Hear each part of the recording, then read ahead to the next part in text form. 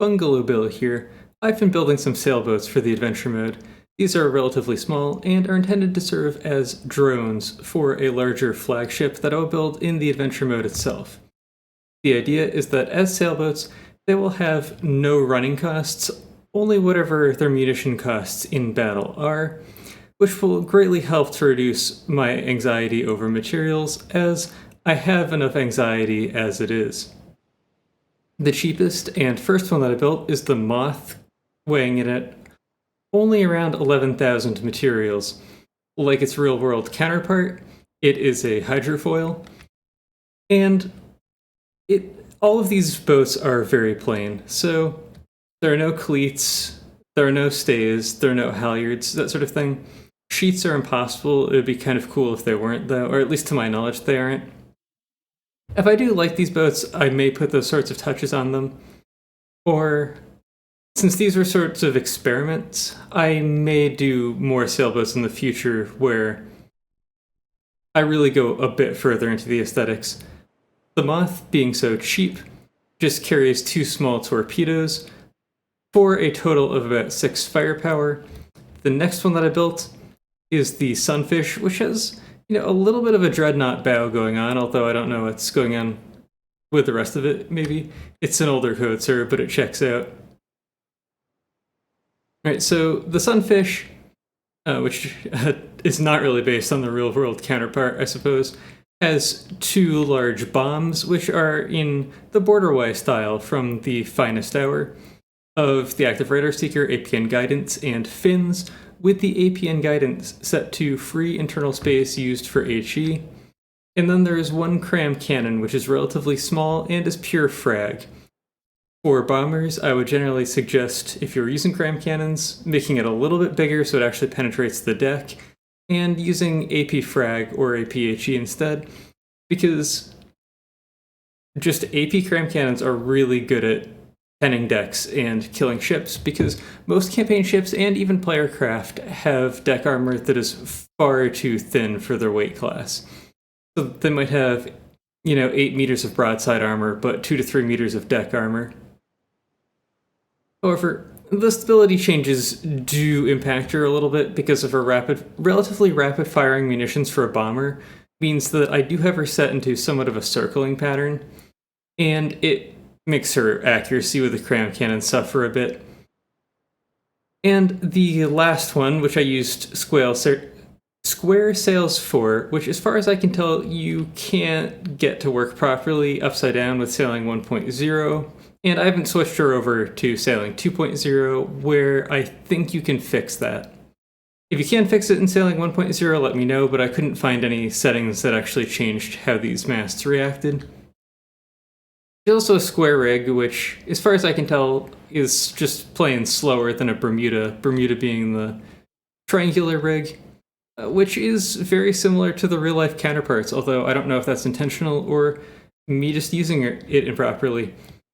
She carries lasers. In fact, the laser turrets are taken from the Thundershock, and I may have to unpause the game to do this. I don't remember if they've changed that or not. Her lasers are very sniper-oriented, right? So let's find the laser connector, or the multipurpose laser block, which 17,000 damage per shot, right? So she's going to wait to charge up to 100% energy for every shot. I don't think this is the meta way to use lasers. I think that a laser's power comes from just dumping all of its storage right at the beginning of a fight, and just destroying enemies before they have a chance to even use smoke. But I haven't done this before, so I thought it'd be fun to try.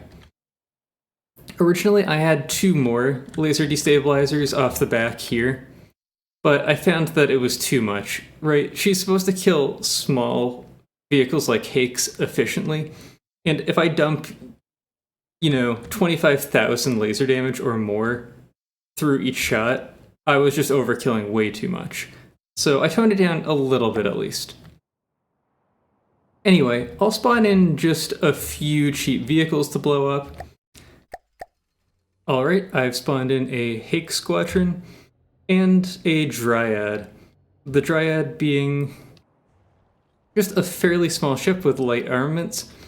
It looks like the Sunfish took on the majority of the Hakes right off the bat, but the Angler has made short work of the rest of the squadron, and we're basically just down to the Dryad now, with the Sunfish already missing one of her sails, but still gamely bombing away at her. She will have a little bit of trouble. Oh, there's one Hake left. A little bit of trouble keeping up with relatively fast ships and bombing them successfully, but she's still making it work despite missing one of her sails here.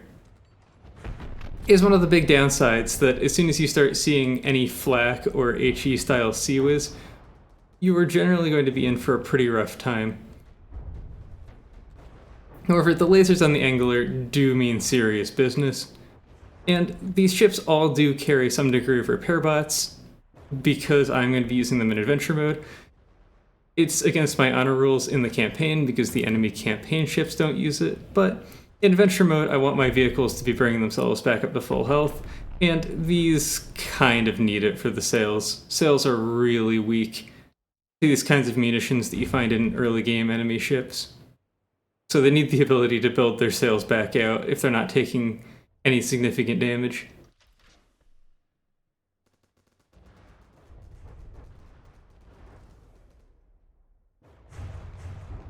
And that looks like critical damage to the Dryad. I doubt that she has very much, if any, firepower remaining after those large bombs. And she is despawning. Well, that is it for this combat test. Hopefully this has been a sufficiently brief episode. And in the next one, I hope to be in the adventure mode proper. Anyway, I hope you enjoyed watching, and I hope to see you in the future.